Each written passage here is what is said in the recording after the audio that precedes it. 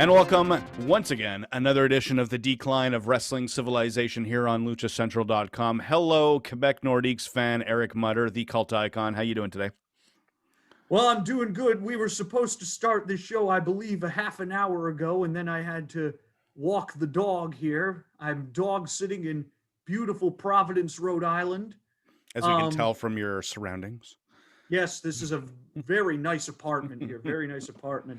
If Casey is watching right now, she can hear that I'm putting over her apartment and such. So yes, a very nice place. The dog was getting fussy. He did not want us to do the show until I took him out. So I took him out, and now he too is ready to hear about the Elimination Chamber, Jack Evans and Helico, Adam Cole, slander, Mojo, other stuff. Holes. Takeover, Filthy Island, no holes, not this week.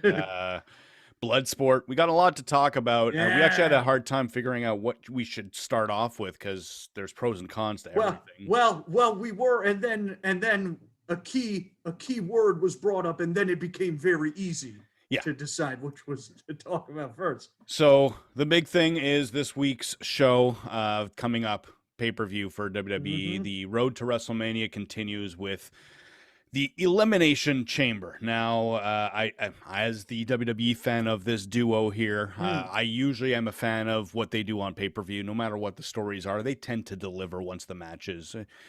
Once the creative steps out of the way and lets the workers work, it turns out pretty good, basically, is what the moral of the story is. Once they tell Pritchard to stay home, it's all good. We're all good, all in the clear. I don't know. Well, SmackDown has some good storytelling, but it's been a weirdo week right now with everything else going on. Plus, they just had Takeover, so all of it's going to blend in together. AEW does have a hot show coming up tonight, and then something we're both very excited for this weekend in a different pay-per-view, but we'll talk about that as well. But yes, let's start off with the Chamber. The first thing I really wanted to get off is, first off, there's a change in the card as of Monday, because there was a women's title match that was going to take place between Asuka and Lacey Evans. That is now up in the air because Lacey Evans is pregnant. And at the time that I was watching Raw, I didn't know that this seems to be a real pregnancy. I thought it was pure storyline. And I have to admit, I wasn't offended because I don't mind if people, if a promotion crosses a line, but I knew someone was going to be offended enough to ruin any possibility of this being good. Plus, I wouldn't trust WWE to pull it off well without it being just low class. Not Katie Vick bad, but it definitely wasn't going to go well. It would have been a foot this time instead of a hand. Good reference. Very good. Yes. It would have been my best guess. I don't know if it was. It's not offensive. It's just stupid. Yeah. Right? Like, I mean, who's going to... Oh man, I'm offended this woman is pregnant. Like, what are you, in the 1950s or something? Well, I think it's more that it would have been hinted at Ric Flair was the storyline father. They're not really coming out and saying this, they are a couple, but it's all wink and a nudge and a very Monty Python type thing where we know what's going on, but they're never coming out and telling us what's going on. And I don't know. It's not that it's offensive for a 60-plus-year-old man to be sleeping with I guess she's in her 30s. I'm not quite sure. He's 72, actually. 72. Yeah. Either way, we've seen enough Michael Douglas and Catherine Zeta-Jones in the past that it's not all that odd, but it's still nothing that people really want to talk about. We've seen enough Michael that man has been in more erotic movies than Johnny Gargano has been in more overindulgent matches. Like, wow. Yeah. And that is a lot. If you were a fan of that Takeover match, you are not going to be a fan of what we have to say about that when we get to talk Takeover. So I don't know if that's the biggest news coming out of the Chamber. It was the biggest change that came out of Raw, though. Right now, we don't know what's going on. Actually, wasn't there a change in the Chamber match? Yeah, but I don't think that was... But not as big. Not in my opinion. I think in terms of star power, Miz being removed and Kofi getting into it, sure, it's bigger because it's for the bigger match, but I don't think anyone really expected the Miz or Kofi to win that. Whereas there was a lot of talk that Lacey might be winning the title from Asuka leading into a program with Charlotte. I'm not saying that's what I saw, but there was enough talk that it was possible. And now that's thrown out the window entirely. So I think that's the bigger change overall. Yes, I think everybody was very, very happy when they saw that there, because they were like, oh, that means that's not going to happen. And now maybe it means Rhea Ripley is going to happen. That was a lot of people's first guesses. And I'm really doing my best because, as you know more than anyone else, when I get my hopes up for something, I end up having my hopes crushed by WWE quite a bit. When you get your hopes up for something, Luke Harper then disappears and then there's worms crawling around on the ring canvas while Bray Wyatt and Randy Orton indulge themselves in another -5-star epic. Why must you torture me? Because I love you, man. I love you. The pain helps, you know. Occasionally it helps. Well, I don't know why I said that. I don't know where you're going with that, so I'm just going to return us back to the subject of Rhea Ripley, who a lot of people, and I'm going to include myself in this group, really feels could be the future face of the company in terms of whether it's male or female. WWE is lacking future star power, especially in terms of talking about age. But in that very younger group, the women really are the future of the WWE. Her and Bianca Belair, really. Undoubtedly. And they have a lot of potential talent. You know, if you saw Takeover, Raquel Gonzalez is going to be a star if they use her properly as well. But in terms of actually being a John Cena type face of the company, I think Rhea Ripley really is the number one choice. Bianca would be, we compared both of them ending the Rumble to Batista and Cena. I could see Bianca being the Batista, where, yes, can be the face of a brand, could end up breaking out into Hollywood if they want to go that route. I don't know. I think there's a little bit of lacking with the charisma. I think it's more untapped. They're trying to figure out the best way to get her to work with charisma. Bianca? With Bianca, right. Oh, see, now I would disagree. I think she's more readily, she's the more charismatic one to me. Okay. Rhea, especially like from a character microphone perspective, from what I've seen of Bianca Belair, she's more ready there than Rhea necessarily is and such. I don't know. I think the reason I would disagree is only because I could see Rhea pulling off what she's already doing as face or heel, whereas I don't know if Bianca could pull this off in either direction. So I think she needs a bit more experience to be able to mold her character in whichever way they go, whereas Rhea, she needs practice to get there, but she already knows how to handle whichever way they go. I mean, if they use these two right, we're pretty much arguing over The Rock and Steve Austin here. So does it really matter? Well, look, I'm not predicting that they're going to be that big, but you're absolutely correct in that. No. Either way, they can't go wrong. As long as they use either of these women properly, there's going to be big things. Which is a big if, though. If they will use them properly. Because anyone who walked out of watching the Rumble would have thought that we would not see Rhea Ripley for, now we're going into our third week since the Rumble. It's going to be like a month, I think, in a week or something, right? The runner-up in the women's Rumble match has not made an appearance on TV on any of the three brands. Nope, not even main event or 205 Live. Not that there was a lot of chance of that, but yeah, absolutely correct. Part of me was wondering if that's been planned, and again, that could be part of me keeping my hopes up, where they wanted her surprise appearance leading up to WrestleMania, because this is something you and I talked about, I don't know if it was last week or in previous weeks, that sometimes they pull off a story right near the end to get us excited for the pay-per-view. I don't know if the women would really be where the WWE would do this, but it seemed possible. Again, could be my hopes, though. Either way... Go ahead. So the only thing now is, are they just gonna, like, because with this Flair and Lacey thing, obviously they have to drop the Lacey proponent of it, but do they keep Rick involved? Does he like find another woman now to get behind while he feuds with his daughter?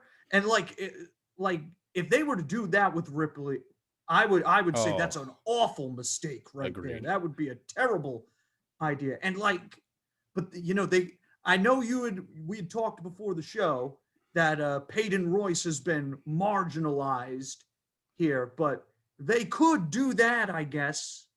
It's possible. Yeah, I really don't see that happening. I think Rhea would make the most sense, but but in order to do that, you'd have to drop the Flair angle entirely, which I have no qualms with at all, mind you. I don't mind them dropping that completely at all now that this has happened. It would just seem, and look, they've dropped storylines that were far more captivating than this one before for even worse reasons. Right. So maybe they will do that. I don't know. I want to see what they do there first. So what is the match now? Who is Asuka defending against? They have not announced anything. I assume that by the end of Raw, they would have made some sort of announcement. They did not. They must not have known at the time then. I think it was just apparently from, again, dirt sheet writers, so I don't know how credible it is, but apparently the Raw creative team found out Monday that Lacey would not be available. So I think they scrambled to find a reason to take her out of Raw, and then they didn't really find a way to get her off of the pay-per-view as well. They just took her off, but they didn't replace her. Right. Well, maybe they don't do anything then. It's possible. That's always an option. It's too bad because the card is kind of short as it is. Now, they have 2 chamber matches booked, and those will take an hour each, so that doesn't leave all that much time. But now we're reduced down to a 4-match card without them. Plus, maybe they'll put the women's tag then, which would be what? Well, right now it's Nia Jax and Shayna again, and they could defend against the women who won the Takeover Dusty Cup Classic. Yeah, though that sounds like a better option than what you're about to tell me.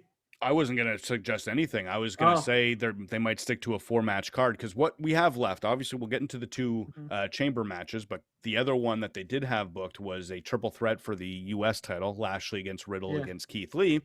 And now rumors are Keith Lee might not be available for Chamber.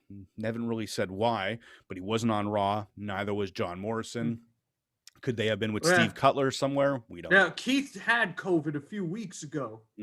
I don't believe you get it that quickly back again. So no, and I don't even know if he caught it, but we knew that his fiance Mia Yim had it. That's right. Yeah. Maybe he didn't.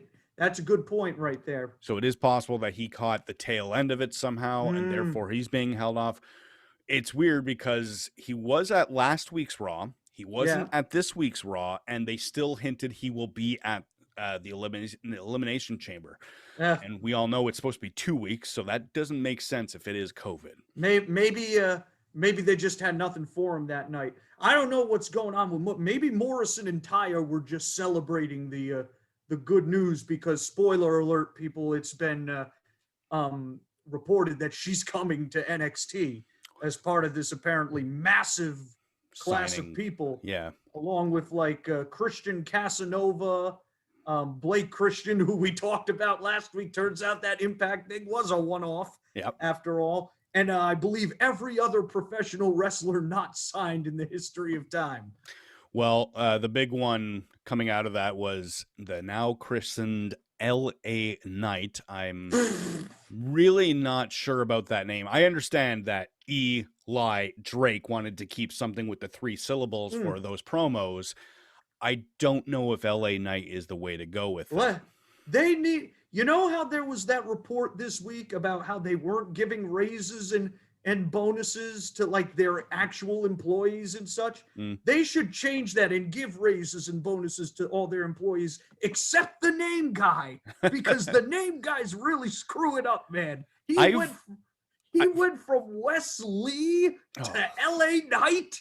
Well, I've never really confirmed all this, but I've heard rumors that it's actually the talent that come up with their own names, but then it gets verified by staff. Then all those talents need to not be given raises or bonuses then. I don't dislike it, but I think they need to find a way to make it work, because on its own, LA Knight just doesn't work. But if they come up with something good for LA to stand for, almost like an RVD, where he could still do the LA Knight and promo, but I don't know. I'm going to be honest with you. That signing does 0 for me. I have seen Eli Drake. He's a great promo, and that is all that's all there is. I was comparing him to EC3, basically. Yeah, he's a homeless man's EC3. Yeah, he's probably not as Well, you might be better on the mic in a one-on-one, like give him a live promo way, but overall creative, as we've seen with Impact and ROH, EC3 has a lot of creativity that we had no idea he had, showing Yeah. from what he did in NXT and his 2 appearances on Raw. Yeah. Um, All you need to know about Eli Drake / LA Knight is that he was in Impact for a long time. He was in NWA for a while. He did not fight terrible people there. He fought the likes of Johnny Mundo, Johnny Impact, John Morrison, Austin Aries, a bunch of other guys. And nobody remembers any of those matches. That is accurate. Nobody remembers any of those matches. And we saw what happened with EC3 when he came over. He could talk too, and that led nowhere. Yeah. Led him right out the door a few years later. I think it might be the only thing that might make a difference is EC3 was promoted to the main roster as a mass promotion. I don't know if you'll remember, but there was 6 people that were suddenly called up and they got promo videos, and you could tell that Vince basically just said, Triple H, give me 6 of your people. We're going to put them on Raw, but without any thinking, without any plan. Yeah, none of those people worked out, right? Lacey Evans is one of the few. Yeah. She was the best of them. And for a while, she wasn't doing anything either before this angle. That's right. Yeah. So I think that was the big curse for EC3. And then I don't know if that'll change for Eli or LA Knight to stay into NXT. But one thing that NXT is lacking is a strong promo. It's not that everyone sucks, but there's no one that's that standout EC3 type quality. Their best promo was Pat McAfee. Yeah, that's a good way to put it. The punter. Finn's been good at what he has to do. Dunn is very menacing, and you know what? There you have it. No. There's someone that you and I won't agree with, but most people will say Adam Cole is the best promo in NXT. Let's get back to the chamber. You're making me physically nauseous now. Yeah, there's enough to talk about with Takeover when we get there. Yeah. So we had that match for the U.S. title that might be changing. We had the Raw Women's title match, and then there's the 2 chamber matches, and whoever wins the SmackDown one will end up facing Roman Reigns in another match for the... All right. We'll say that's the better one. Let's go with the worst chamber match first. Let's run that one down. So the Raw one, which was highlighted by a gauntlet match on Raw on Monday. They love that match. They love doing that match. It worked once really well when Seth Rollins got a big push out of lasting an hour, and then... I think he finally lost in his 3rd or 4th segment of a 6-person match, got a standing ovation from the live audience, and it really helped him. And then ever since then, they have milked that cow dry. Yeah, it's not bad, but it doesn't have the same effect as it had on that one. Yeah. Didn't they try that with Nakamura a few weeks ago, too? They did. It wasn't the same. Well, it worked, but it didn't go anywhere. That was the sad thing. And you got to keep in mind, there's no live audience, whereas Seth really benefited from having a live audience. That's definitely true right there. Yeah. But that was like the last moment people liked Seth.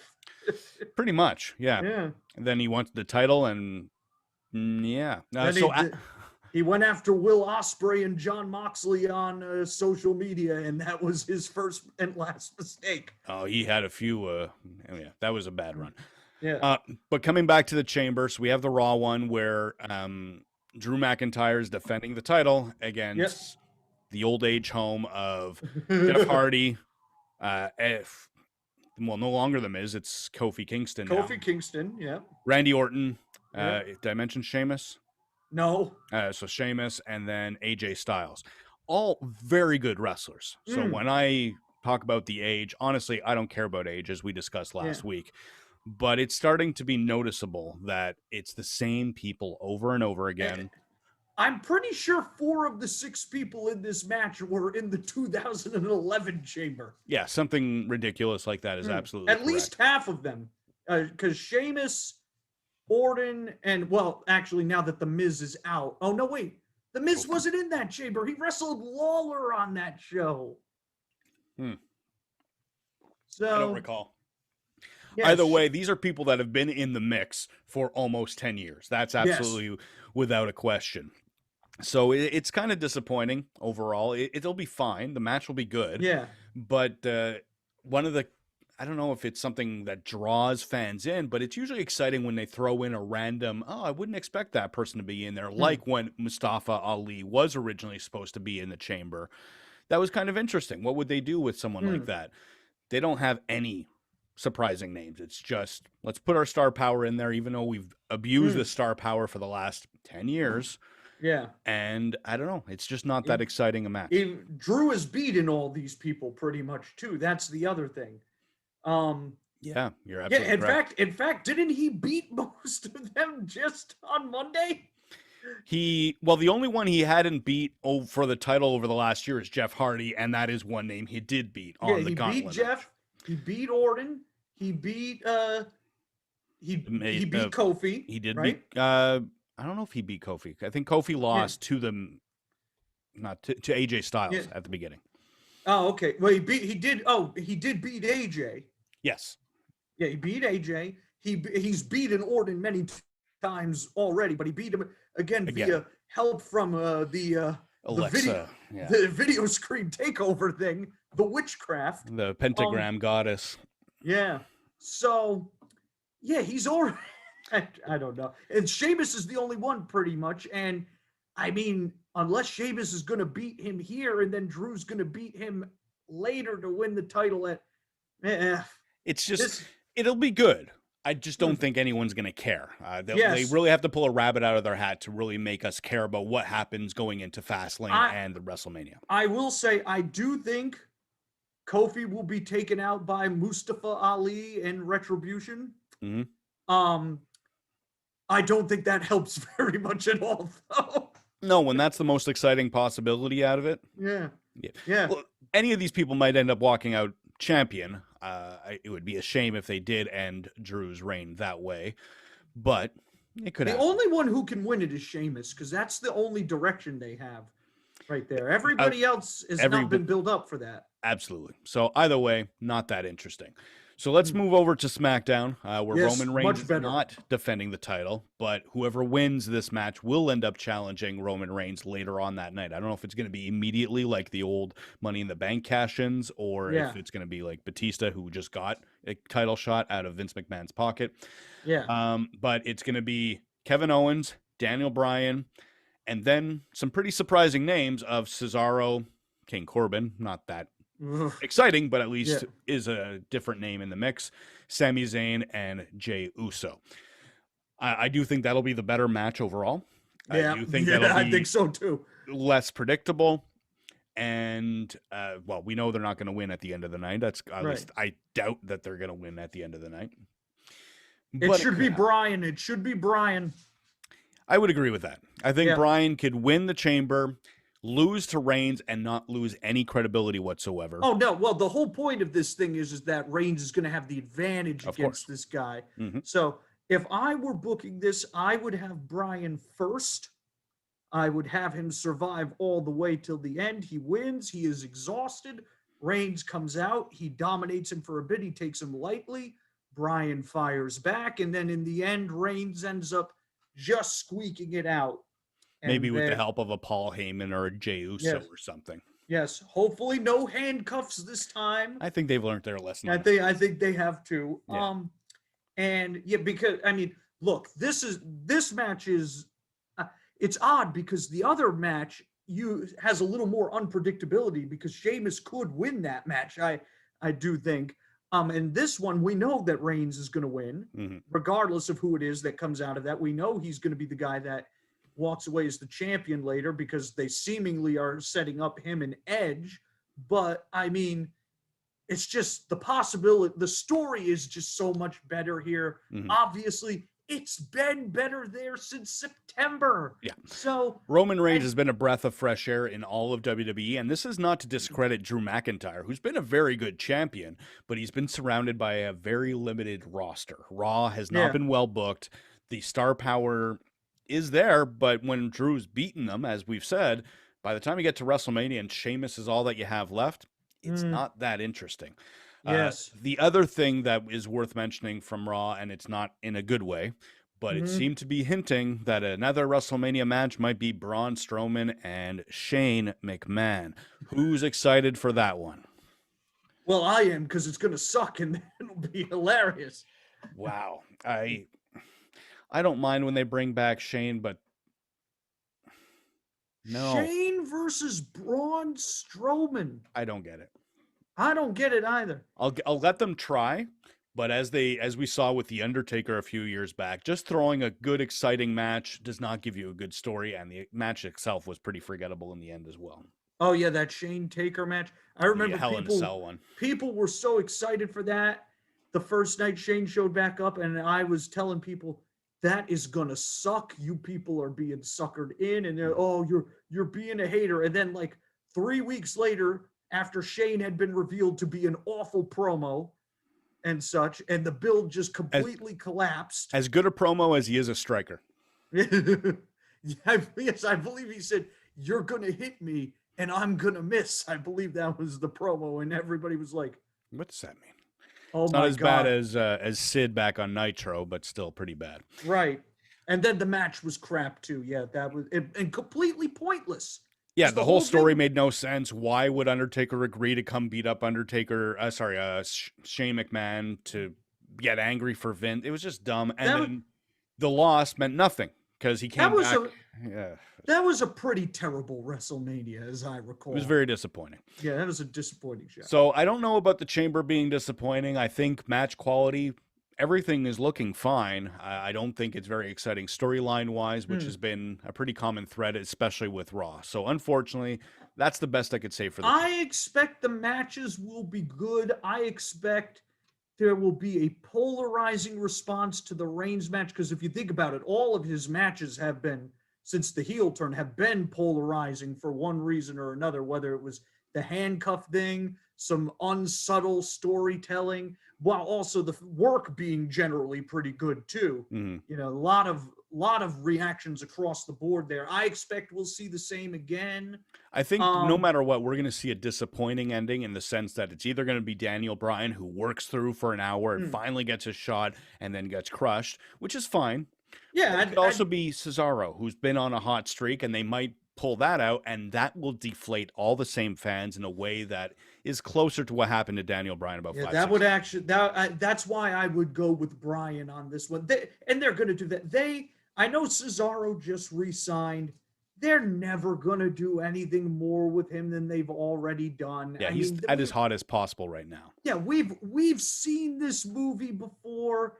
This has happened many times. Like I remember when he won the first Andre the Giant Battle Royal, and we were all, this is it. The push is coming. And then a year later, he was even further down than he had been. Like, it was disappointing, and hopefully he adds something good to the match in terms of quality and some good story. Absolutely, yeah, he's but great. If you're expecting him to get what I was hoping Luke Harper to get 4 years ago or whatever it was, you will be disappointed as much as I was. Yes. So that is the Chamber. What else is happening this weekend? Not WWE or AEW related, but something you and I want to. Oh, we're going here already. Yeah. And actually, it is sort of AEW related, but GCW has their Bloodsport 5. Now, I know everyone assumes we're going to talk about the main promotions, but Bloodsport 5 is a very interesting show. If you saw the Raw Underground, you got a glimpse, a little tiny perspective of a much better product. Yes, much better. Yeah, strip away the corporate WWE side of it, you get closer to what GCW does with Bloodsport, but it's a lot more competitive looking show. They make it look as realistic as possible, and it's a beautiful show. The only thing that's disappointing about this, and I realized that as we went through the card, and I think it's due to an injury that we are aware of, there's no women on the Bloodsport card. And that's because you're thinking because of Lindsay Snow. Lindsay Snow won a mini tournament, a 4-women tournament at the last Bloodsport, which also had Layla Hirsch. Yeah. And she won that, and then she got injured within the last couple of weeks. So I don't think they had enough women to really get this going. But of the names on this Bloodsport card, we'll get to the main event last. But Jeff Cobb, who we were surprised, we thought he was in Japan, but he's going to come over and take on MLW's Tom Lawler. I wonder what that means, because obviously, any New Japan guy who's in America right now, that has people wondering about AEW and Impact, because obviously last night, Juice Robinson and David Finlay are now in Impact too. Exactly. Yeah. So he's been in part. I don't know if he's been part of the Bloodsport before, but he's got a legitimate aura He to him. worked there. There was a Bloodsport 4 just last weekend. He worked that show. Oh, okay, good. Yeah. I did not know there was a Bloodsport 4. I'm gonna have to look that one up. There's gonna be a Bloodsport 6 too, WrestleMania weekend. Josh Barnett is just going nuts with these, I guess. May as well. They've been hot shows. I hope they don't go too crazy with I know. too many. And you don't want to do too many. I've been a little worried about that too. Yeah. There, a big name on the indies, Calvin Tankman. He's going to have another match at Bloodsport. I saw him, I guess, at the third one, if I recall. Right. If you paid attention to NWA before they got shut down, tag team champion Royce Isaacs, he's going to be there. You were glad to hear Rocky Romero. He's going to be on this show, taking on Simon Grimm. What a matchup right there. I'm sure it'll be good. Grimm was good. He's a good worker. He's not exciting, but he's been good at the Bloodsports. And he got a good victory at the third one, so I enjoyed that. Chris Dickinson is one name that I really feel someone's going to give him a contract at some point. I think he's with New Japan already, actually. Okay. Well, either way, he's got some star power that feels untapped. There's going to be a breakout for him. He is sensational. I love that guy. I saw him live out of all places, the AAA New York show, where he teamed with Mascarita Dorada, the former El Torito. He teamed with him to wrestle Damus and an individual named Dave the Clown, who is and I love you, Dave, one of the worst luchadors in the world. And they preposterously had a very good match. A year after the show, I tweeted out about 1 year since the immortal Chris Dickinson Dave the Clown encounter, and Dickinson actually tweeted back at me screaming, "Dave the Clown!" One of my best Twitter interactions there. It was great. I really don't care about Twitter. But what I do care about, it is a funny story, you know? But what I do care about, including the main event, is of Bloodsport, Davey Boy Smith Jr.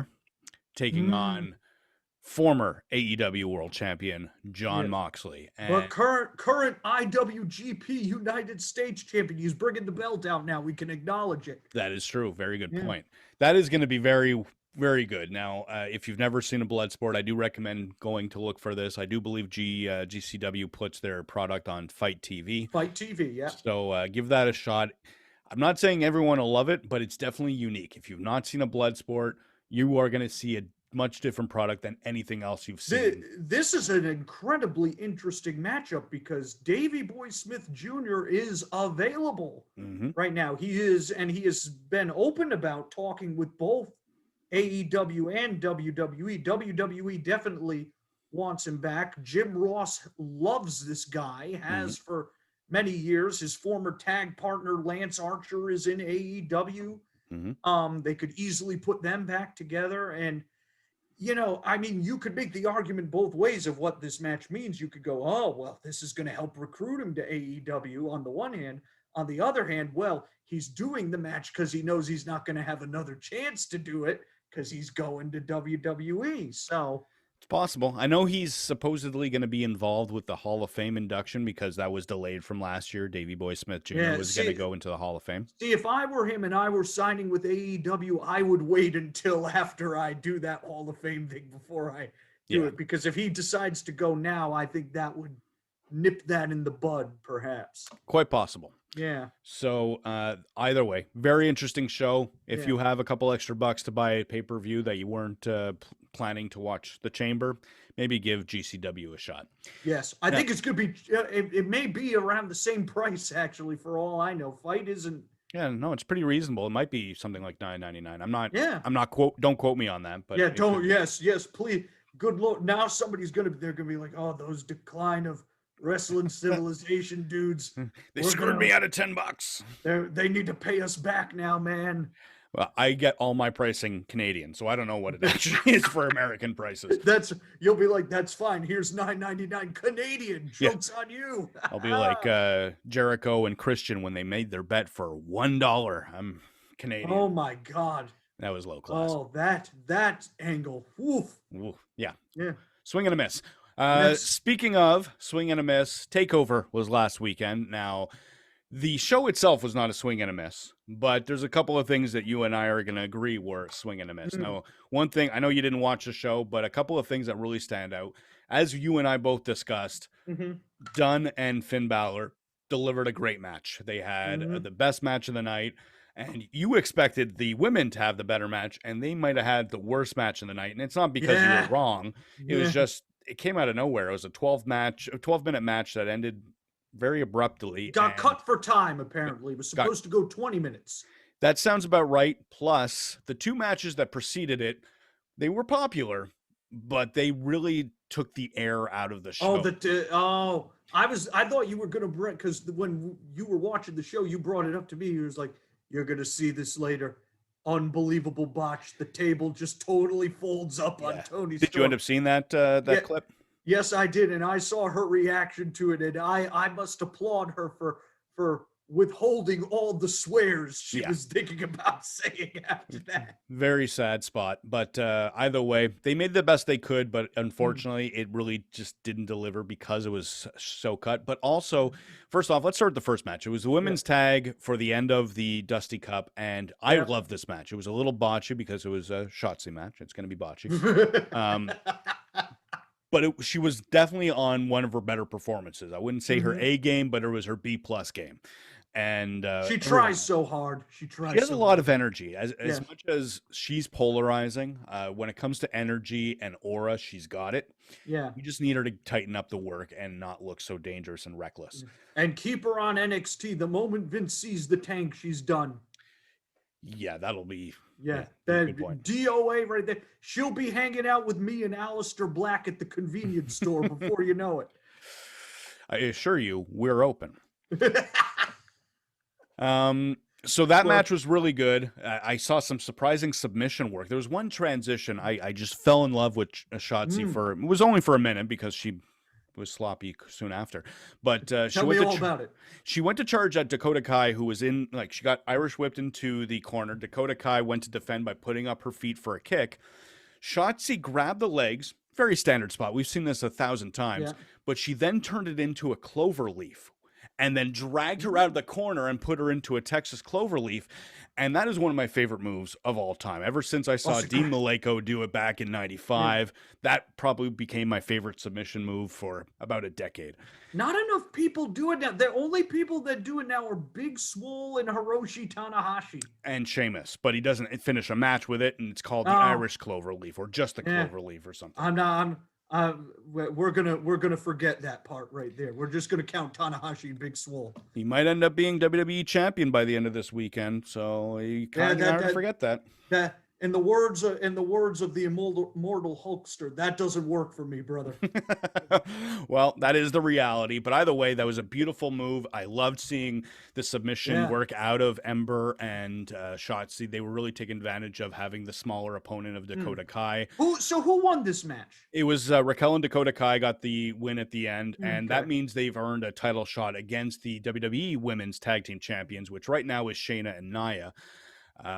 I don't see that match taking place this weekend only because there's no story there. It's heel versus heel. But you and I talked before we went on the air that could be a possible replacement for the Raw Women's title I would match. Rather they do that than Naomi and Lana. Oh, I'll agree there, but I don't want them to rush that match either. Raquel, she's got some star power. There's something to her. I don't want her being wasted by just a throwaway match against the Raw, the Women's Tag Team Champions. Yeah. Either way. Then what followed that was a perennial victim of our bashing, Johnny Takeover, Johnny Gargano. He took on Kushida, and I'm not saying it was a bad match, but I kept falling out of interest of it because it was just so choreographed. People just in position, waiting for what the other person to do a move so they could do their move. There was you could tell that it was all planned out 17 Word document pages to get that match or arranged, Uh, and they went for almost 25 I minutes. wonder who put that one together there. There's your Shawn Michaels reference there. I wonder who did that. And a lot of people love that style, so I understand why that gets booked, and I'm okay with them having at least one match a show. Yeah. But they had a second match that felt the exact same way, which was the men's Dusty Cup finals of MSK, who apparently, according to the rap song that debuted at the beginning of Takeover, might mean must see kids. All right, I love Go for Dez. it. I love Zach. If they are the ones coming up with this name, guys, stop, please. Nash Carter's a good name. Wesley is not. Which one is which again? Zach Wentz is now Nash Carter. Dez, stop, please, man. It's really bad. Stop. I beg of you. The Must See Kids or MSK, we don't know. That was just what it was called in that rap song. They ended up beating the Grizzled Young Veterans. It was a fine match. It was almost like Takeover or a was lot trying of to. people loved this match. Well, actually. it was the NXT version of the Bucks against the Revival, where you have a flashy team like the Bucks taking on a more solid brainbusters type mat wrestler type team of the Grizzled Young Veterans. They mixed it up. There was a lot of spots, but again, it just had too much choreography going. Well, and there's another thing too. It didn't have the years of anticipation and build up either that other match had. Yeah, and while I think a lot of people like MSK, they are not the Bucks. I'm not a fan, but the Bucks have been teaming like this for a decade. They've built up a following. They have a chemistry that just won't be matched by the Rascals, who've been together for just a few years. The young, but for what the Young Bucks do, and I say that because that's for the people that don't like them. For what they do, nobody is better than them at that. I can assure you of that right there. At what they do best, they are the best. I agree. Yes. Yeah, they're very fluid. They know what to do. They're in the position. They make it look as natural as possible. It still looks too choreographed for me, but yeah, I would argue too that they've gotten. I mean, like Matt Jackson is a hell of a seller, especially now. He spent that 1 year selling a back fake injury. back injury. He spent that Revival match selling a fake leg injury, like you thought he was really hurt. Such they are so much better at that stuff than they were when they were Generation Me. Yeah, a long time ago. But yeah, I get it. There's always going to be an element that puts people off there. But again, for what they do, they're the best. They are the best. So it seemed like it was NXT's purposely trying to replicate what they do in AEW, and it was good for that style, but it paled in comparison, didn't have the same energy, and then for fans like me, it just didn't satisfy. So what we ended up getting was over 30, almost 40 minutes of action where it was plenty of false finishes, kickouts of moves that should have ended 17 other matches. Right. And then we had a 12-minute triple threat for the women where it ended abruptly. And I think it really suffered from positioning because we saw so many false finishes. We saw everything not end the match. And then all of a sudden this match ended out of nowhere and it was really deflating. They should have opened the show with that triple threat match. I could see an argument for that. The women's tag should have gone right there. I mean, whoever you put there is screwed anyway. When you're doing HBK special numero uno and then HBK special numero dos. Yes. Right after that. Yeah, and that's Eric saying that HBK is the one producing those. I could see why that seems logical. I just have no proof of that. We got to come up with an HBK-like nickname for Gargano now. No, we don't. El Hijo del HBK. There you go, in Lucha terms. No, I'm done.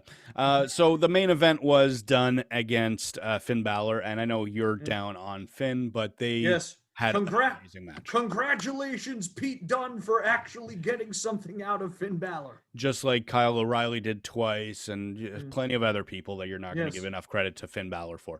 But it was an amazing match. I loved it. It was easily the best match I'd seen. I'd say it was even better than the O'Reilly matches, but I'm a huge Pete Dunne fan. Wow. Huge Pete Dunne fan. I know Mazza thought it was the best. He said it was the best match he had seen in years. I was like, clearly you haven't watched any wrestling in the last 3 years, which is not to insult those two guys right there. But they really put on a good match. I recommend anyone who likes a hard-hitting style give that Wait, match a watch. would you say it's the best WWE match you've seen in the last few years? I'm hard pressed to find a better match. Did you watch that Walter Ilya match? No, I did not. Okay. That would probably be a contender, but they have all the same vibe. So it's hard to tell. Yeah, and obviously you're like me. You don't like those Gargano Cole matches and such. So no, I was there live for Takeover in Toronto. I think 2019. That was basically their version of the 3 stages of hell. Yes. And the best match was his wife Candice against Io Shirai, which shouldn't really shock anyone. That was the match where people were finally like, all right, that's too much. Yeah, exactly. Yeah, and I was done before that match got started. So that was Takeover. It leads into what's going to happen tonight for NXT, where they have a huge card booked of one match. They have Karrion Kross taking on Santos Escobar. There has been a feud building up for the last couple of weeks. But once again, WWE is failing to really take advantage of the fact that they had a hot takeover. Had they booked anything on that show, or more than Santos against Kross from last week's show, they might have a chance to win some ratings or viewer numbers. Right. But instead, they booked one match. They haven't announced anything from the takeover to follow through. A match that, by the way, is been built up better in like Lucha Underground and AAA, where those two guys came from. There's been more of that there, although I'm not sure that they actually feuded in Lucha Underground, but they had encounters in AAA. I know that. So that's what's going on NXT tonight. I'm sure there's going to be more, like Cameron Grimes, but we forgot Adam Cole betraying everybody. Are we not going to talk about that? Okay, let's talk about that. I don't care. Adam Cole is in the same category of Johnny Gargano as a performer that I just don't care about the matches. I feel he's overrated as a promo. I could see why people like him. I'm not saying he doesn't have talent, but it's talent that doesn't affect me. It doesn't draw me in as a viewer. So him attacking Finn, I do not want to see that match. I was a lot more interested about him kicking Kyle O'Reilly because I like Kyle O'Reilly and that might mean something good for him. Well, it's still Adam Cole. They've wrestled many I'm sure there's somebody out there. What a fresh matchup. And I was just sitting there going, that match has happened like 50 times. Yeah, ROH experience. They definitely have feuded. Pro Wrestling Guerrilla. It happened on the undercard of the Wrestle Kingdom where the first Omega Okada match happened. There you go. Yeah. So a lot of energy there for certain types of fans. I just can't include myself in that. Yeah. It is just unbelievable that they do that angle at the end of the show. And it's supposed to be a hot angle, and a lot of people did like it. We are the grumpy old men here when it comes I usually am. Yeah, absolutely. to this thing. People really liked it, and you would think you would promote something involving those guys. And like people are gonna, here they go again with how AEW does this better than WWE and such. But when AEW has their pay-per-views, they announce matches for Dynamite on the pay-per-views. And this is something that we have seen before, but we're talking back in the Attitude Era where they would book things like that. We don't see that anymore. And I think it's a real crusher to any momentum. Yeah, I'm not saying that NXT will beat Dynamite in the ratings anytime. I think Dynamite has definitely proven themselves to be at least 100,000 above them in the viewers. We know they're the king of the demos and everything else. I don't care about AEW, but they win because they have a lot fresher talent. Yep. And they have better promotion. We know what's going to be on. I don't think the promos on Impact make a huge deal, but it still shows that Dynamite takes care of telling people, here's what you're going to be able to watch on Wednesday night. Yeah. NXT does not do that. No, they do not do that. AEW is so far beyond that. Like, it really exposed it, because this has been a problem with WWE for a long time. Definitely. But we never talked about it until AEW came along and started exposing it by advertising their shows. I think the only time we noticed it with WWE was we realized they weren't building up their pay-per-views at all. Right. And, the matches that people were paying money to watch or paying a subscription to be part of, they weren't promoting. Right. So now the free TV shows, of course, they're not promoting those either. But now that Dynamite is doing it, it really shows you Yeah. how bad WWE is at doing it. Really shines a light on that. And on that note, let's see what Dynamite has in store. Well, one quick thing, Cameron Grimes, love Oh. what you're doing, buddy. The stock gimmick. He had a music video on Takeover, and it was hilarious. I don't know how it's going to lead into a story wrestling wise, but I'm interested in seeing what happens. He's so a that's very very that's talented. Trevor Lee. He's Yeah. a very entertaining, another PWG guy. I'm pretty sure NXT and AEW is pretty much PWG 2015 at this point. It's a fair point. Yeah. So yes, Dynamite. There was a change to one of the matches. So let's start there. Yep. It was supposed to be an 8-man tag, but now Yep. it's dropped down to just a simple tag where the Hybrid 2 is going to take on Adam Page, Hangman, and Matt Hardy. That's right. The hottest act in professional wrestling. And then Matt Hardy and Hangman Page are also there. This is an interesting thing. So I don't know if you saw this. This was a very clever angle. So last week on Dynamite, Matt Hardy got Hangman drunk and got him to sign a contract like the one the Private Party is signed with Matt, where he's he's part of Matt Hardy Enterprises, whatever Matt's calling it, and Matt gets 30% of what he makes. He's an agent, everything, and it's like, oh man, that makes Hangman look so bad. Why would he sign that? You're thinking about it from a character standpoint. I went back and watched the segment after someone pointed this out to me. It was so subtly done that I missed it the first time, but it's brilliant. If you watch closely, when Matt turns to the camera to explain what he's doing, because he thinks Hangman is just totally out of it, in the background, you see Hangman toss the contract away and pull another one out of his jacket and sign that. So he played Matt. Very nice. So that's going to be something that happens here. Maybe he joins up with Angelico and Jack Evans. I can't say I blame him. I, too, would prefer to hang out with those two beautiful talents over Matt Hardy. But that is just me.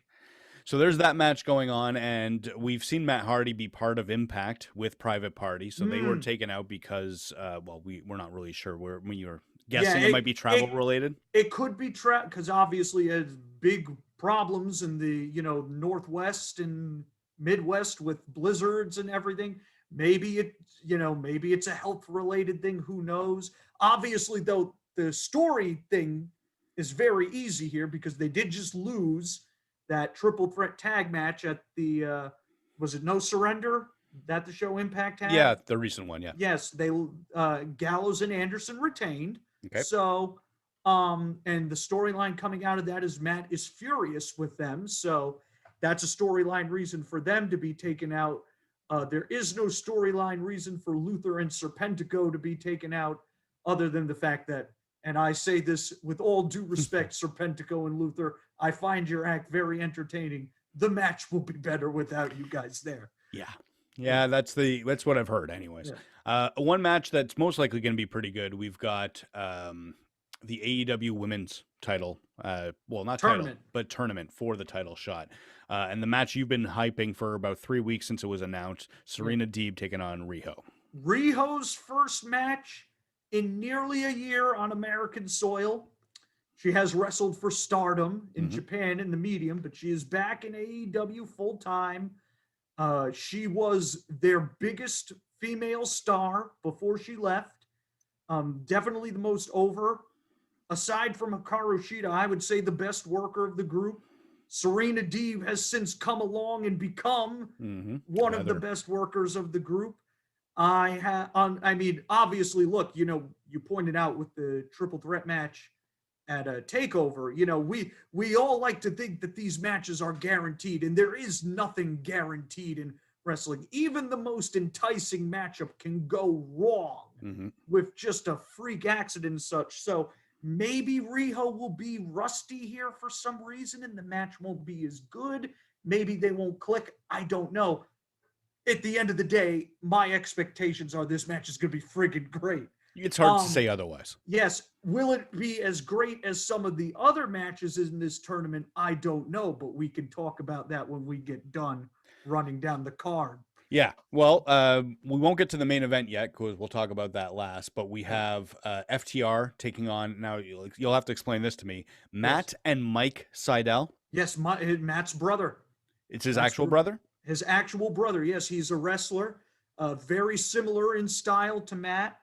But he obviously does not have the fame. The most famous thing he ever did was he took a moonsault styles clash in a CZW match years ago. I forget the name of the guy who did it to him, but before the match, the guy asked him, "Do you mind taking a top rope styles clash?" And he goes, "Yeah, okay," thinking it's going to be like the regular one. And then the guy surprises him with the move right there. And he ended up having like a seizure or something backstage. He got seriously hurt.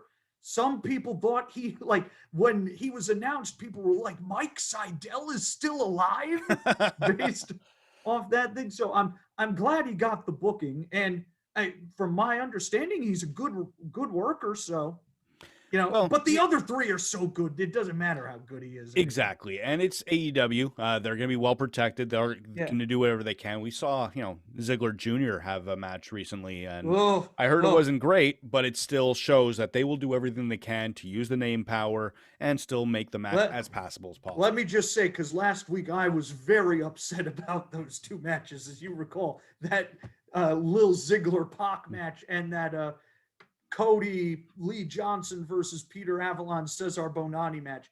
Now that match actually worked out because it was used to put Lee Johnson over, and he was great in that match. So they justified that match's existence. I still have no idea why Pac Ryan Nemeth happened. Pac basically tortured him for 4 minutes. Lil Ziggler hit one Ziggler-style DDT and then was wiped off the face of the earth, hopefully to never be seen again. Well, I don't know if we'll say that, but another segment, it's not a match, but Sting will call out Team Taz because they have a street fight set up for Revolution. So this is because last week, in an angle that clearly Darby Allin thought of, he was attacked by Team Taz. They zipped him up into one of those, it's not, oh God, the body bag. They zipped him up in a body. The old Undertaker style, yeah. Yep. They then attached him to a car and they drove off, dragging him in the body bag. Hi, I'm Darby Allin, and this is Jackass. Yeah, pretty much. Some people compared it to and I mean this with all sincerity, legendary Big Boss Man Big Show angle from the 90s. Ooh. Of course, I will remind people that was an actual coffin. And that was a lot funnier than this thing. I actually thought this was a cool angle. Okay. I thought it was a lot different than their other angles, which has been Sting and Darby coming out, Team Taz interrupting, and then snow falling every single week for about 5 weeks. So, I mean, it's not bad because Taz is great, but come on, a little variety there. I thought it was a good variety angle. Who knows what they'll do tomorrow? Hopefully there will be a little skirmish or something, but need some action there. Need some action. I won't be tuning in, but if you want the more exciting show, AEW is the way to go. Right, but we're not talking about the main events here. Well, that's what I was getting to. I don't know which one's going to be the main event out of these two matches because they're both main event quality, looking at name power. I'm going to start with the 6-man tag. Yes. Eddie Kingston and the Butcher and the Blade with the Bunny. Taking on Jon Moxley, Rey Fenix, and Lance Archer. So I know you mentioned last week why Moxley and Archer are teaming up, and then you also added in why Fenix is in the mix. So this makes sense. Yes. Pretty interesting. Archer, by the way, was phenomenal in that match last week. Very good.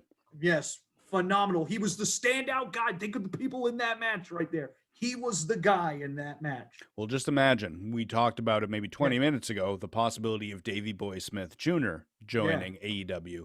And if they were to team up that tag division, imagine them against Butcher and the Blade. Maybe they, oh God. Yeah, I love Big Butch and the Blade here. They are one of my favorite acts there. They always deliver in these types of matches. Eddie always delivers in these types of matches. Jon Moxley does too. And Phoenix is just Pentagon's got to come back He's got to get that visa issue sorted out. Phoenix is going to leave him behind, man. Phoenix is not my type of talent.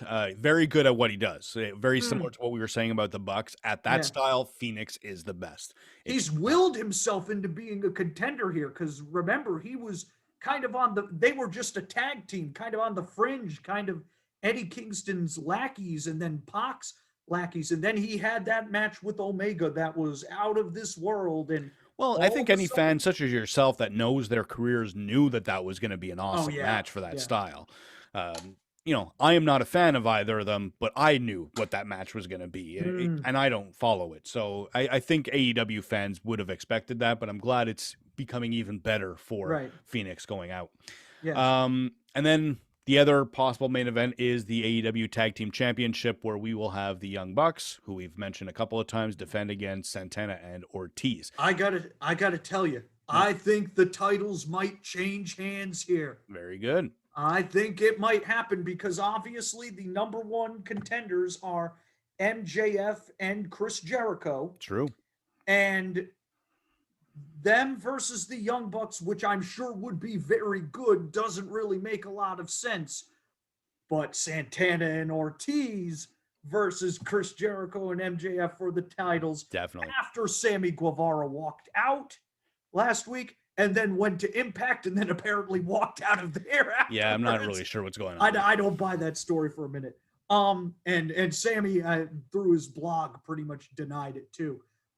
That match does make sense, and it would also then free up the Bucks to go and do the match that makes the most sense for them, which is against Gallows and Anderson. Yeah, that could be good.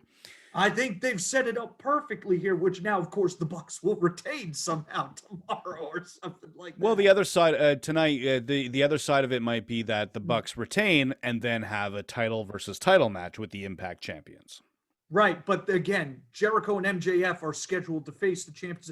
I suppose there could be some sort of crazy finish where you then include the other two in, and it's a four-way. That would be interesting. That would, and it would protect both the matchups, so you could then do them late. It would protect the Jericho, MJF, Santana, Ortiz match and the Bucks Good Brothers match. So you could do lots of possibilities. There's no doubt that for fans of tag team wrestling, barring myself because I don't like that in Buck style, but when it comes to booking the tag division, nobody outclasses. When it comes to booking, really, at this point, the booking is very good. Oh, it's amazing. Except for the women's division, and now even there, they're making waves. They're doing something right. So AEW, a very exciting show. Well promoted, 5 matches, a 6th segment with Sting and Team Taz and Darby Allin. And NXT has Karrion Kross against Santos Escobar. Well, those Lucha Underground Season 4 fans will be all over it. Unfortunately, I believe there were less than 100,000 people watching the show by that point. That seems about the difference between what AEW has been getting in the ratings compared to Dynamite. So compared to NXT, I should say. Yeah. Now, we don't usually bring up a third show on Wednesday nights, but there is actually an interesting third show. MLW is hit or miss, and it's a unique. Yes, it's funny you bring that up because I do need to bring up really Court jobbing my boy Laredo Kid out to Leo. Leo pretty much dominates him the whole match, and then you put the AAA Cruiserweight Championship on him. Come on, Court. Come on. This is why I don't put up with your pathetic show, all right? And yeah, I said it, Court. I said it. Court is not listening to you. He's not listening to me. But if he is, screw you, Court. By the way, and another MLW related note, Teddy Hart was arrested again. Oh, man. Thought you'd like to know. What an embarrassment. I know. Is he Canadian? Please tell me he's not. Yes, he's. Of course he's Bret Hart's I know. nephew, It was a joke, you Nordiques hat wearing douche. So MLW has a show, and I am a fan, Court. I enjoy your product, but it's hit or miss. We're burying Cord and then putting Cord over in the next sentence right here. It's 50-50 booking. Come on, you got to do it. Yeah. It's Filthy Island, which is basically Tom Lawler's. He's hosting a show of his own. One thing that MLW does, I'm not saying it's good or bad, but it's interesting, is they're going to let their talents produce a show. Yes. We've seen Serena De La Renta do it a couple of times, and now Team Filthy is going to get to do it, and Dan Lambert is going to be part of it. King Mo is getting a match. Dan Lambert! Yeah. Well, the promos will be good on this show. There's going to be a lot of interesting concepts on this show. I'm not saying it's going to be better than the other two shows, because when it comes to execution, MLW... I'd say the best match I've seen since the restart was Tom Lawler against Low Key in the finals of the Opera Cup, and it's by a mile. Everything else has been average at best. Yes. But anyways, what they have going on at Filthy Island is Low Key taking on King Mo in a rematch, King of the Knockouts 2. I'm interested to see what happens there, but... Is King Mo any good at wrestling? He's got the personality. I haven't been too blown away. He's not like a Pat McAfee where, wow, this guy can actually do this. Right. He's okay. He's better. Right. You know, we compared recently Kevin Green, for example. Yes. An athlete that just grabs it. He's not going to be a star at it. Right. But, wow, he's better than I expected. Now, that's King Mo. I will say, if Kevin Green and Pat McAfee, if Kevin Green had put the time in and Pat McAfee does put the time in, Green would have been a star, and McAfee will be a star. McAfee is such a great talker. Yeah, very natural at that. An Azteca jungle fight. I'm sure it's just a street fight, but it's Savio Vega against Lucha Underground's Mil Muertes. That is a real thing? That is a real thing. How old is Savio Vega? I think he's in his 50s. I have to congratulate him again. Getting the paycheck here. He got the paycheck for just walking out and waving to the Thunderdome screens a few months ago. And said, bravo to you, Savio. I have no idea how you've pulled this off, but bravo to you. This match is going to suck, by the way. Possibly. I'm sorry, Mil. It's going to suck. Your knees are shot. I can't even imagine how Savio can work anymore. Oh, my God. And Mil Muertes... He's older too. He's not as old as 52-year-old. I think Savio. That's why I said his knees are shot. Unfortunately. Yeah. Okay, gotcha. Dominic Guarini is going to have a prize fight open challenge type thing. I'm not quite sure what that means, but he's part of Tom Lawler's stable, so that's going to be all associated. Last week, TJP turned on his protege partner, so he's going to have an interview with former AEW interviewer Alicia Atoot. Who is TJP not working with these days? Yeah, he's on Impact. He's on MLW. Was he in Japan? Yeah, he's with New Japan. How does he continue to convince these people that he deserves work there? I am a fan of his ring work. He mixes a good style of too much spottiness to be a favorite of mine, but he has some really good submission work that I enjoy. I don't know if he's worth the trouble, but he's other than in WWE, he's been okay recently. Apparently, I don't remember when he won the Cruiserweight Classic. I do.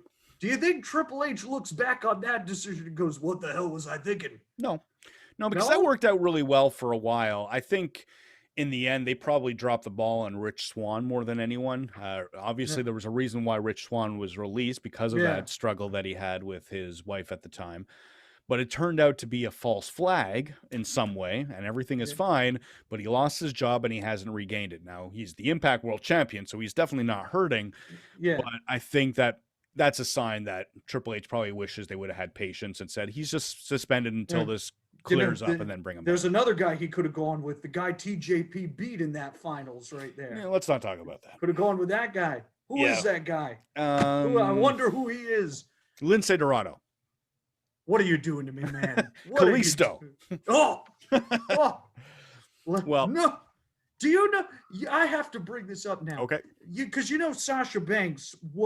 She waved the green flag to start the Daytona 500, right? Okay. Yeah. And they showed pictures of her, and you know who's there with her? Kalisto. Yeah. Why? I know they've been backstage together, but they haven't really made a story of it. Is he like her manservant or something? I don't know. Sasha. hire Grand Metalik to be your Lucha friend. That's who it was, right? Yeah. Well, oh, that's right. one more thing that's taking place at Filthy Island is Rocky Romero is taking on Gringo Loco. Oh, now that is good. It's an interesting book. Good. Gringo Loco is great. So see, look, MLW also part of this never-ending alliance. Do you know the great Mutter is apparently going to work with Impact now too? Apparently, after he won the Noah Championship, the GHC Heavyweight Championship. So now Noah is part of this thing too, I suppose. Possible. All Japan, it's time to get off your ass and get involved here, man. The wrestling world is ever evolving. WWE might be pretty stagnant without Roman Reigns leading the charge, but NXT still a good show. I don't know. It's exciting for me, but I don't think it's exciting to draw in new fans. You know what's interesting too? Tony Khan and Cody Rhodes both came out this week and said, hey, the door is open to work with. They reiterated it again. They're saying we'll work with WWE. Like if WWE were open to it, they could be part of this too. Unfortunately, they're not going to be open to this, I don't believe. It's going to take one person disagreeing with a booking decision to really have this all come crashing down. So, which, if you believe the Guevara story, was a risk of that. I'm not sure I believe it either, but it doesn't matter.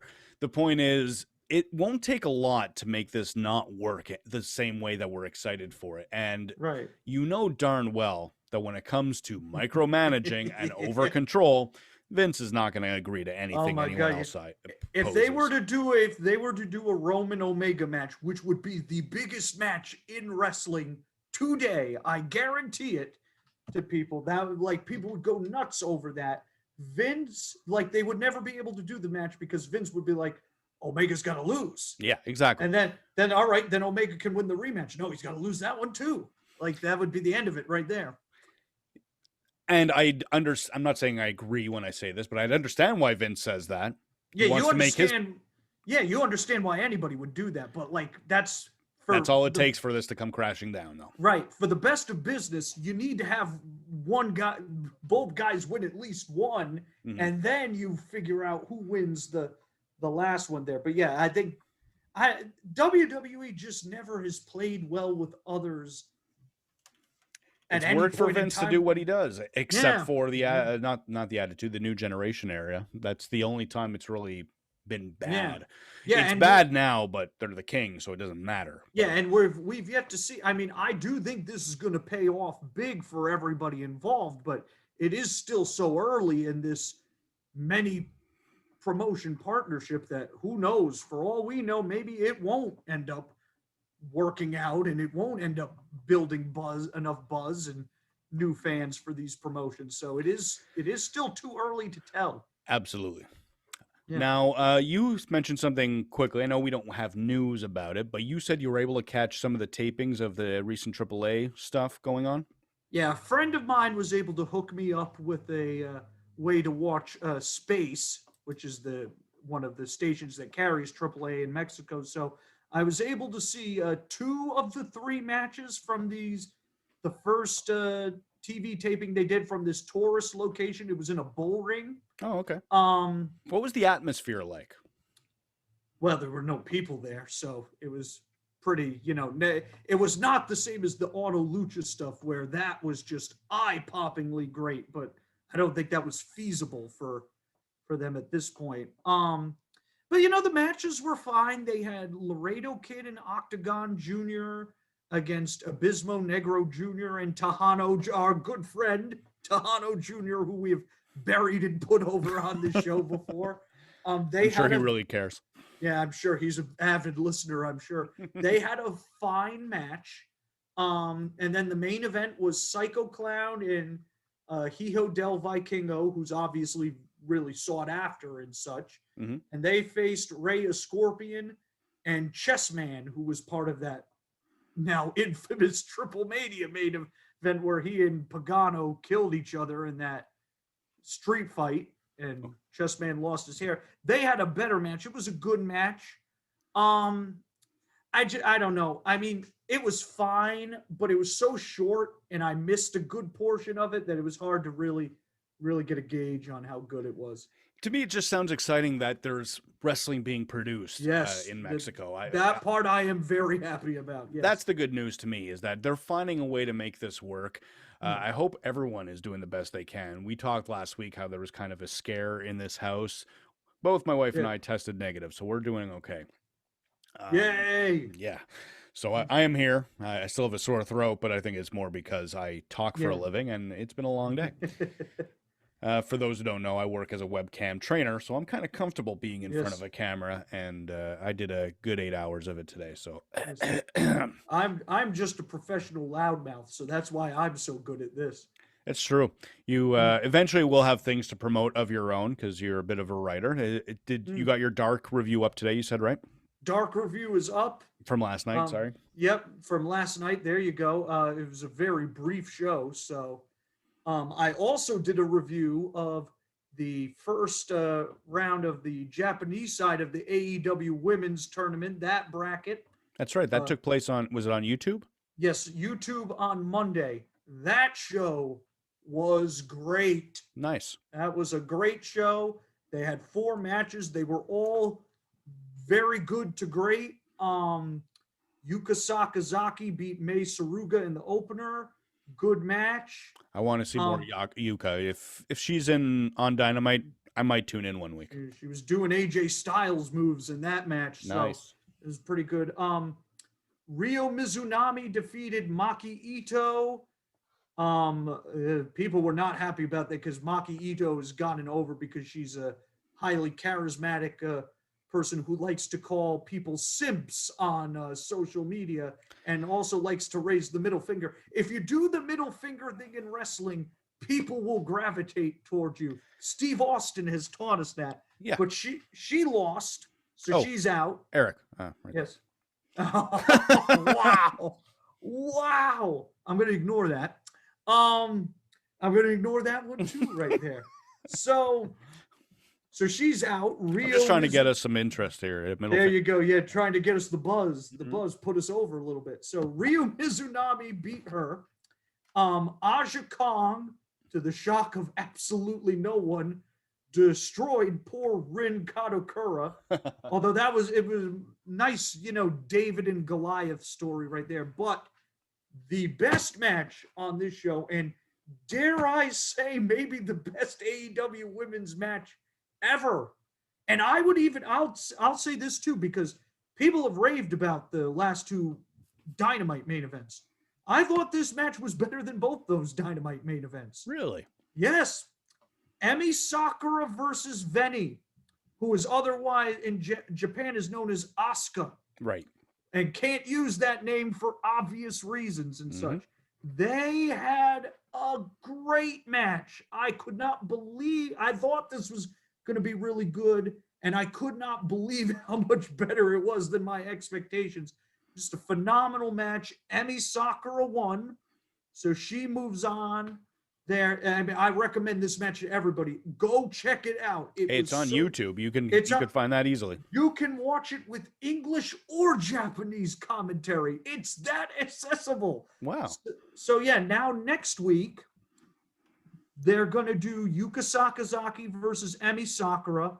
That's a tough one to call. They're going to do Ryo Mizunami and Aja Kong. So you basically have the one match is the technical high-flying match between Yuka and Sakura, and then you have the bruising match between Kong, who, if anybody, how does anybody not know Aja Kong at this point? If you've been watching for over 25 years, you saw her on WWF TV back in '95. She was so good they had to cancel the division, as I recall. Basically. Correctly. She hit someone with a spinning back fist, and Vince was like, I can't put this on TV. That's it. It's like the Jumping Bomb Angels. Let's end it here, and it's never coming back.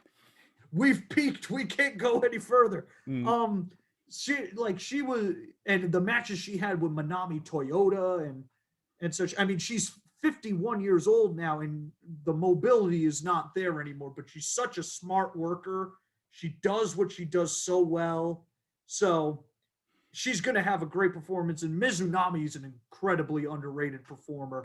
So I think this is going to be another really good show. And then on the U.S. side, you know, we have the Riho Serena match. Right. We still haven't had Britt Baker and Anna Jay or Ty Conti and Nyla Rose. I presume those matches will be on this YouTube show next week too, because they're running out of time. The winner challenges Sheeta at the pay-per-view. Gotcha. So they're going to do that there. And that's the first week of March, right? Yes, that's March 7th. And so the finals of this tournament, I think, are going to be on the same show as the Cody and Red Velvet versus Shaq and Jade Cargill match. So that's going to be a big night for the women's division right now. NXT's got no chance to win that night. Gotcha. They have no chance any other night, too. For the what do you think NXT promotes on that show? The return of Pat McAfee. The return of Drake Maverick. Like, it's going to be nothing. Do you know his wife was on Dark last night? Renee Michelle. That's right. And she's been on Impact because she was part of the tag team tournament over the last couple of weeks. Yeah, she lost to Shauna. I can't say I was disappointed by that result right there.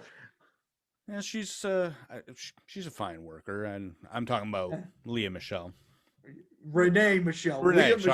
Leah Michelle is the Glee actress, as I recall. This is like the time I confused Lacey Ryan and Lacey Evans. There you go. Now you have one too.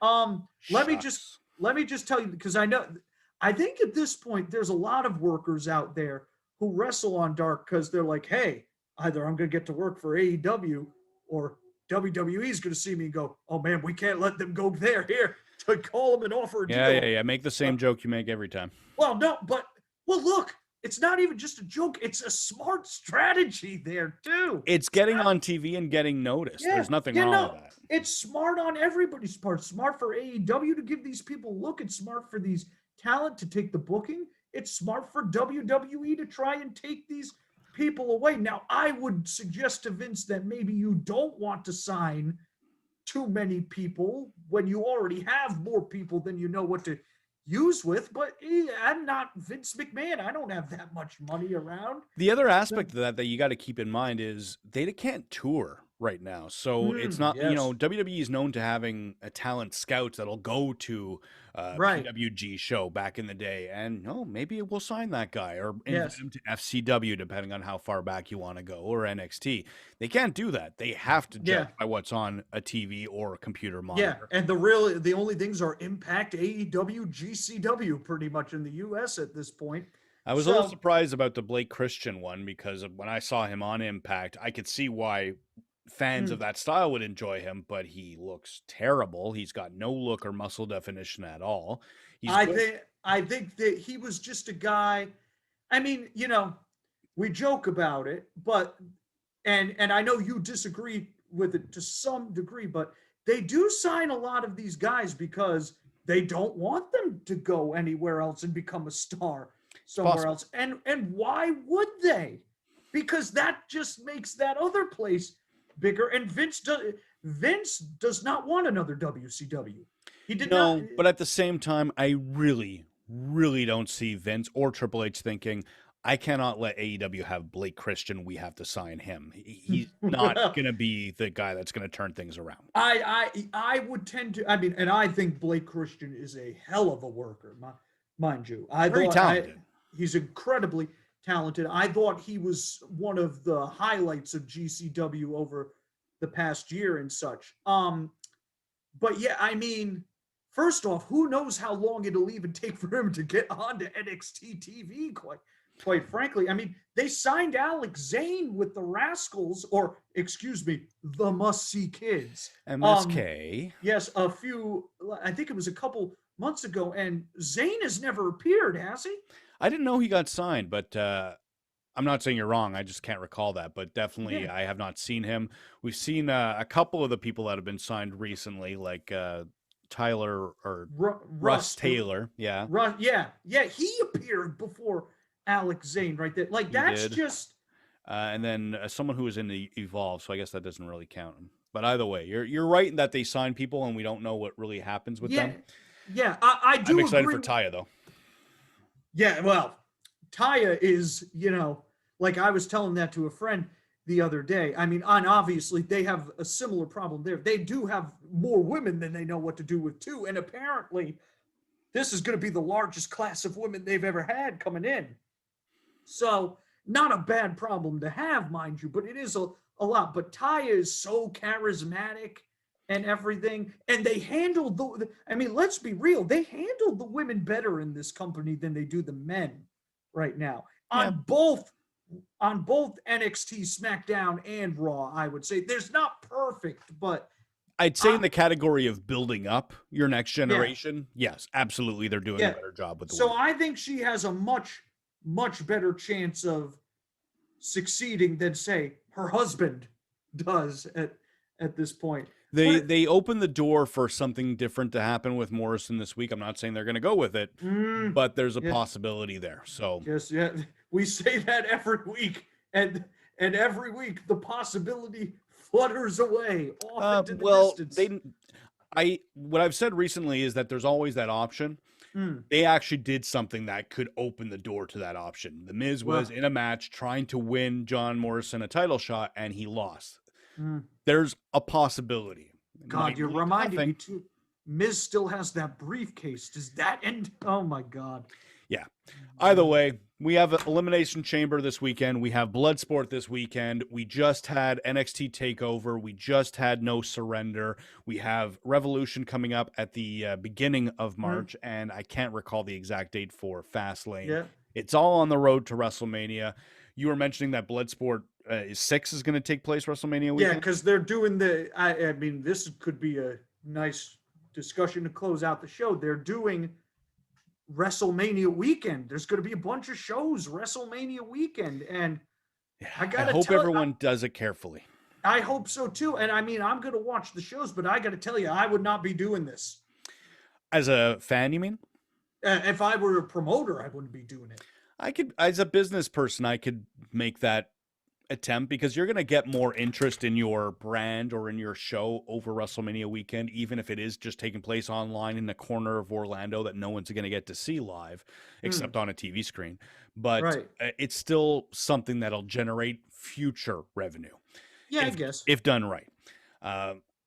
When it comes to WWE having fans for WrestleMania, I'm not entirely against it, but I'm really glad that they haven't announced ticket sales yet because that means they're taking care. They're doing as much planning as they can, and I'm hoping there's not a big fallout. Not that there has been with the Super Bowl, but yeah, and as far as I know, there hasn't been. I think as much as we talk about being careful, and we have definitely, I don't think there's enough science to say how it's being passed on, that it is possible if people are careful in groups as large as 25,000 people, there might be a way to keep it to a minimum. We don't really know. So being outdoors does help too. Does help. Yeah. If everyone is wearing the mask, and as we've seen on Dynamite, when they cut to the crowd, they are wearing their mask. Right. I don't know who is in the audience of NXT. I think they're just other, might be. Well, yeah, if you recall. Might be Alex Zane for all we know. That'll be his first appearance. As you recall, there was a year ago when WWE started letting people into the buildings right around the time the first outbreak, there was some controversy because Kevin Dunn supposedly was saying, I don't want to shoot people in the seats with masks on. And they were telling people, if you're going to come, you're not wearing a mask. And that caused a huge controversy. I hope that they've learned from that. Oh, they definitely have. I have to imagine they have, because if they're going to get killed if they haven't.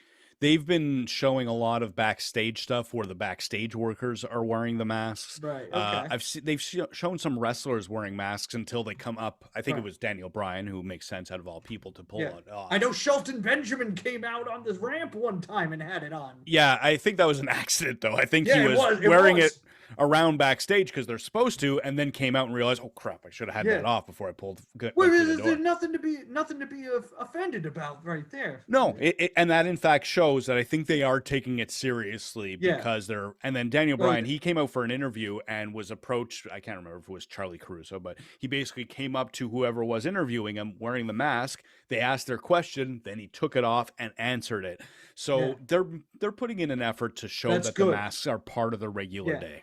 I mean, they really have no choice though, right? Because if they didn't do that, that would be, I mean, they survive everything anyway. I mean, how many scandals have we talked about? Yeah, this is not a scandal compared to some of the other ones. It's bad, but it's not a scandal. Right. So if they were to do a show and the fans were just allowed to not wear masks and everything, and then there was a huge outbreak, that would be disastrous for them. So they have no choice here. They have to have that. And you might notice a bit of an empty space. There you go. I have ordered a mask. I showed you some of the masks that I had ordered.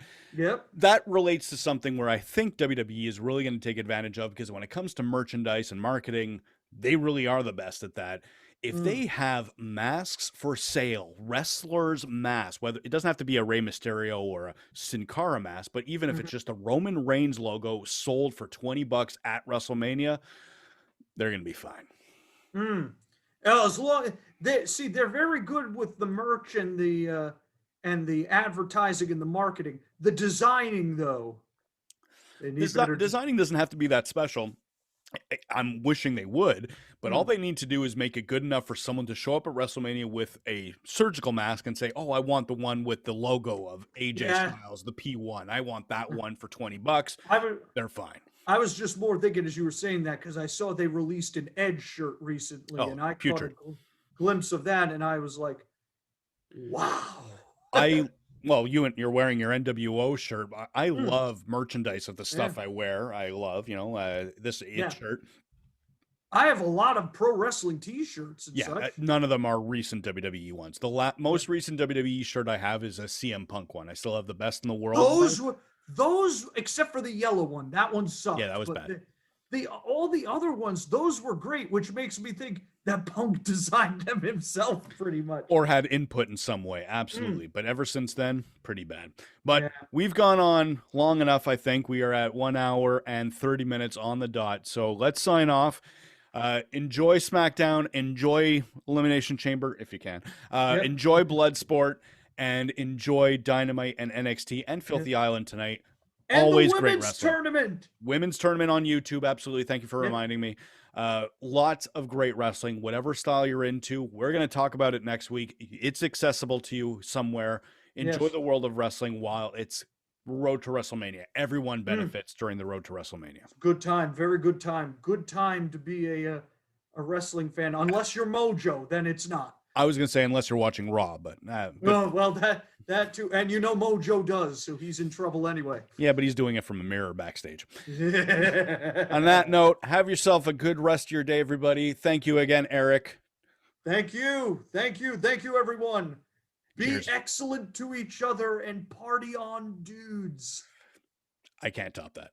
Bye, everybody.